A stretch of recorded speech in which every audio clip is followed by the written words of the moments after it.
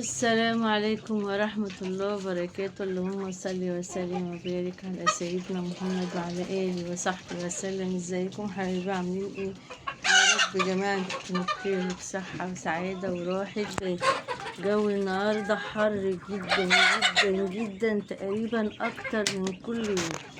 فرجاء المية يا جماعة بنطلع نلاقيها سخنة، عايزين كل شوية نبدل مكان المية ونغيرها، نشوف اتجاه الشمس ونغير، لان المية السخنة جدا دي خطر جدا جدا على الطيور، ملهاش اي حل الا ان احنا لازم نخلي بالنا. نيجي بقى فترة الظهرية كده قللي الاكل خالص او شبه منعيه. انا بصوا حاطه ميه، كان في لقمتين عيش حطيتهم بس مزوده الميه، ومش حاطه اكل بقى اللي انا بحطه كل يوم ولا الحاجات دي دلوقتي، عشان احنا ساعه الساعه دلوقتي 2، لان ما ينفعش احط. انا حاطه ميه، بص لقمتين عيش كده بس في الميه اهو. تحطي بقى سوائل كتير على قد ما تقدري. هم عايزين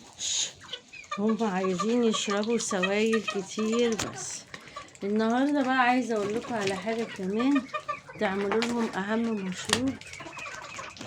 اعملوا لهم حلبة بعسل، ضروري ضروري ضروري عشان تنشطهم، لان الجو حر وهيحصل كسل عند الطيور كلها. بصوا اهو، فانا حاطه سوائل اكتر حاجه وهويهم، يعني ما نخليش المكان ضيق عليهم ولا كتمه. يعني المكان لو كان ضيق عليهم هويهم ضروري، لان ممكن ياكلوا بعض ويفترسوا بعض، او الشر بره وعد يحصل لهم حاجه من الكتمه. فانا بطلع اهويهم زي ما انتم شايفين كده، لان التهويه صحيه جدا جدا. غير كده بقى كنت جايه اقول لكم على حاجه مهمه قوي. في جات لي تعليقات بتقول على البسله ان هي حمص، وانها مش بسله. اقسم بالله هي بسله اهي اهي اهي. بصوا هقرب لكم، ده مش حمص، دي بسله موجوده عند اي علاف او عند اللي هو متخصص لبيع اكل الطيور. ده مش حمص ولا حاجه والله. اهو اقربها ازاي اهي. انا ما سلقتهاش عشان لما بتسلق فكرت ان هي حمص، لكن هي والله بسله اهي. وبعدين انا مش هيبقى في داعي ان انا اقول مثلا ان هو حمص اقول عليه بسله، او بسله اقول عليها حمص. ملوش لازمه، لان ده اكل طيور مش حاجه اهي. اهي اقرب لكم تاني. دي روحي عند اي علاف بيبيع الاعلاف بتاعه الطيور، قولي له عايزه بسله مجففه بذور بسله هيديكي. هي ارخص من العلف واحسن من العلف ومغذيه جدا زي ما انا قلت لكم. بصوا طلعت فوق ازاي، ما بتعرفش انزلها. استغفر الله العظيم.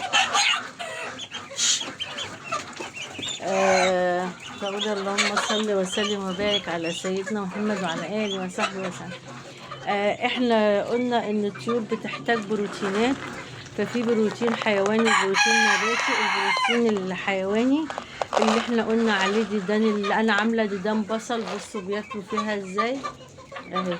ديدان البصل دي من امبارح ما شاء الله، بصوا ما يسيبوهاش، يعني تبقى حاجه مغذيه جدا للطيور ومفيده. دي البروتين الحيواني. اما البروتين النباتي فانتوا عندكم بقى الفول، وعندك البسله، وعندك الذره، وعندك حاجات كتيره جدا. وفول الصويا اهمهم. على فكرة الحاجات دي اقوى بكتير من العلف اللي انت اساسا كل شوية علف علف علف. لا، بذور البسلة. هقولك على حاجة، مش لما بيكون حد الشر بره وبعيد عنده النقرس، فالدكاترة بتمنعه من اكل اللحوم تماما، بيأكلوه ايه؟ كل النباتي. يعني بتبعد عن كده وتاخد حاجات تانية زي فول الصويا، واهمهم فول الصويا لانه مفيد جدا وصحي، ده بديل للحوم. فلو هو كده، طب انا لما احط الطيور مش انا كده اديتهم اقوى بروتين واقوى فيتامينات؟ طيب اللهم صل عليك. جسم الطير عموما يا جماعه، وانتوا اكبر من انا اعرفكم ان هو بيحتاج بروتين نباتي وبروتين حيواني. الناس بتفكر ان عمليه اكل احط عيش، احط ذرة احط كذا كذا. كل ده مطلوب، لكن برضو مطلوب البروتين الحيواني، لانه بصي البروتين الحيواني ده مهم جدا جدا للطيور ومغذي جدا وبيقويهم، وبيخلي دورة الطيور تخلص بسرعة، يعني بيخلي الطير يكبر بسرعة جدا وبينشطه. اما الطيور بقى النباتي فطبعا الاتنين مكملين لبعض، والاتنين ممكن بصي اقسم بالله دي بذور البسلة، ولو هي حاجة تانية انا هقول انا هرخص عليا ايه. فكنت عايزه اقول لكم عشان في ناس كتبت لي في التعليقات وبتقول ان دي حمص، فلو حمص هقول حمص. وفي كلتا الاحوال لو في حمص، الحمص برضو مفيد جدا ومغذي، وبيعتبر من البروتينات المهمه قوي قوي برضو لو انت هتحطيه، بس هو اغلى.